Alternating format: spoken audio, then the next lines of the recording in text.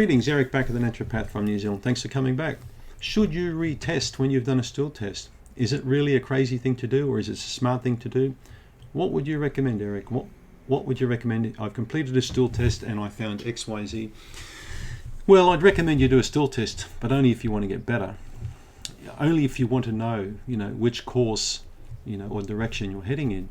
So to me, a repeated stool test with a chronic case is no different from a satnav, okay, having a navigational device on your phone like a Google Maps or something like that. Before I had stool testing, it was like in the dark ages. I was using paper maps. The older people like me remember paper maps. You turn them around, you got lost in streets. Okay, so having a stool test for a person, to me, with a health problem, is like having a Google Maps if you're trying to find something, okay, find a direction. You type it in, it'll tell you exactly where to go. So a stool test, when performed properly, will tell you exactly what needs to be done and also what the priorities are. And then you act on that information, a protocol gets put into place, but then, hang on a minute, we've done it, but what about next month or 6 months from now? Don't we want to know what the outcome of the treatment was? Was it successful? Was it crap? Or what was the outcome? Well, we have to retest. Hello, we got to do the test again. So if you find parasites in the first test, you're crazy if you don't retest. Particularly if you don't do it ×3 the second time. So the first test you do should always be the comprehensive one, including 3 stool samples.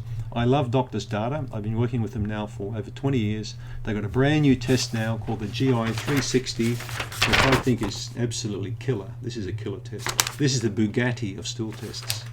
I wouldn't go with any other lab. Am I biased? Well, I like getting results. I like getting great results with people.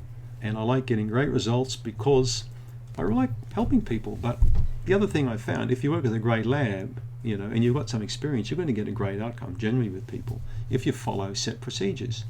So once you've completed the test, a protocol's been put into place, by you or your practitioner, you need a follow-up test, because that will again point you in the direction you're heading again. Because remember, when you treat the gut, things change.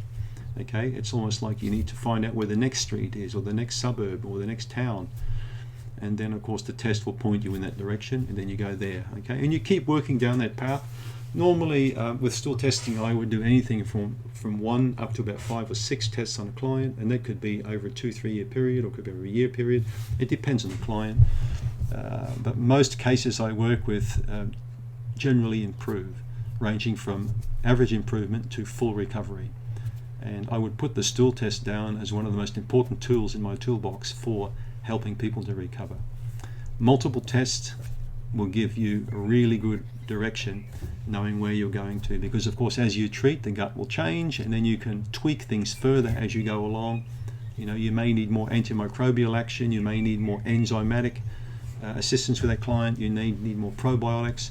The test will show you all of those things and what needs tweaking. And a good practitioner that you're working with will give you all of the answers you're looking for and keep you on the track.